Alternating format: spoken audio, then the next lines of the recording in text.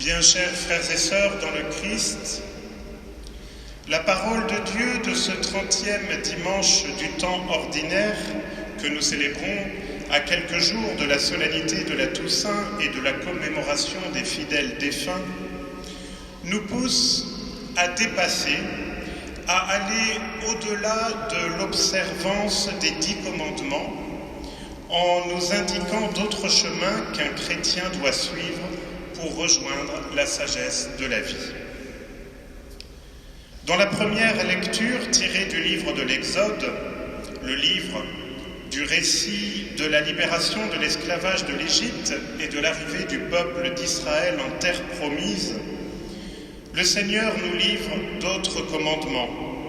Ne pas opprimer et exploiter l'immigré, ne pas maltraiter la veuve et l'orphelin, ne pas prêter de l'argent comme un usurier, rendre au plus vite ce que l'on a reçu en prêt.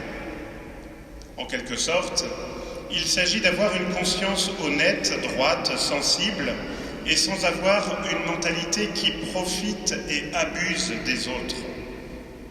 Les motivations de ces règles de comportement sont illustrées après la prescription. Le texte biblique rappelle que le peuple d'Israël a été immigré et donc qu'il doit bien traiter les étrangers.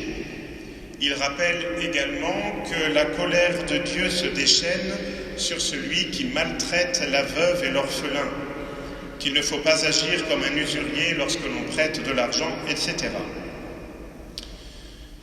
Ce sont des choses qui peuvent sembler de peu d'importance, mais qui, en réalité, nous font comprendre combien nous risquons d'abuser de tout et dans tous nos comportements si nous n'avons pas la conscience morale ou si nous n'acceptons pas le devoir d'observer les lois que le Seigneur nous a données. Comme vous l'aurez remarqué, ces arguments qui sont dans le livre de l'Exode sont toujours actuels. L'accueil des immigrés, l'assistance sociale et économique aux veuves et aux orphelins, la question des intérêts, etc. La parole de Dieu nous invite donc à examiner attentivement, à faire un examen de conscience, finalement, sur comment nous vivons et mettons en pratique ces questions générales d'actualité. L'invitation à la conversion est claire et nette. Si nous n'agissons pas selon les lois que le Seigneur nous a données et que nous devons mettre en pratique, nous ne sommes pas ce que l'on peut appeler de bons chrétiens. L'apôtre Saint Paul, dans le passage de la seconde lecture, en faisant un peu le bilan obtenu chez les Thessaloniciens suite à la prédication de l'Évangile, met en évidence comment ils se sont convertis et comment ils donnent un bon exemple auprès des païens de Macédoine. Comment ils se sont convertis à Dieu en se détournant des idoles, afin de servir le Dieu vivant et véritable, et afin d'attendre des cieux son Fils qu'il a ressuscité d'entre les morts, Jésus qui nous délivre de la colère qui vient. C'est un témoignage important sur la diffusion de l'Évangile en Asie mineure et dans les zones de culture païenne, à travers la prédication de Paul et de ses disciples. Il est évident que la prédication se base sur l'évangile de la charité, l'évangile de l'amour miséricordieux de Dieu, comme nous le rappelle le bref passage d'évangile de saint Matthieu de ce dimanche. Nous y trouvons les pharisiens qui sont en train d'interroger Jésus sur le commandement le plus important et indispensable selon sa vision de la foi. Jésus répond à ce docteur de la loi qui cherchait à le mettre à l'épreuve : « Tu aimeras le Seigneur ton Dieu de tout ton cœur, de toute ton âme et de tout ton esprit. Voilà le grand, le premier commandement.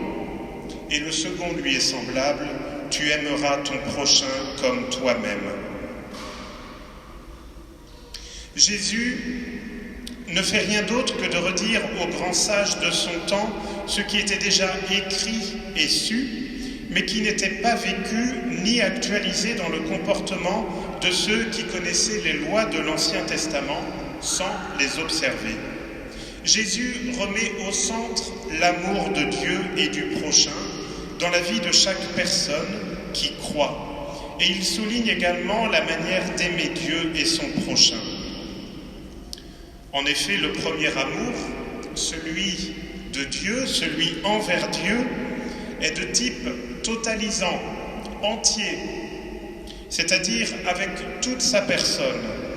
Et le second est de type davantage égal, conformant, c'est-à-dire de la même manière que nous nous aimons nous-mêmes.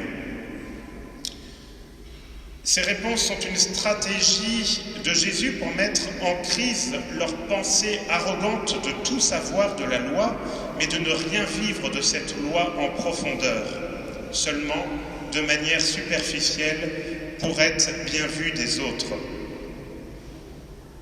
Vous aurez remarqué, il s'agit du signe de la croix, symbole des chrétiens. Aimer Dieu de tout son cœur, dimension verticale, et son prochain comme soi-même, dimension horizontale.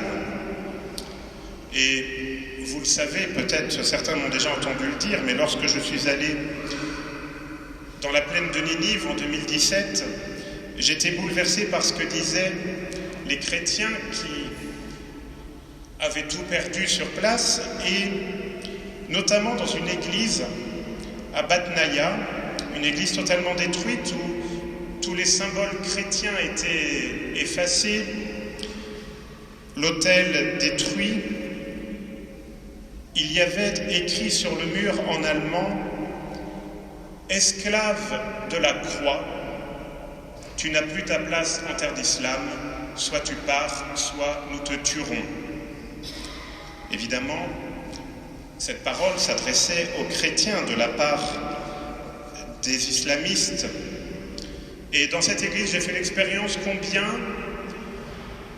la croix, le signe de croix, est notre identité la plus profonde en tant que chrétien.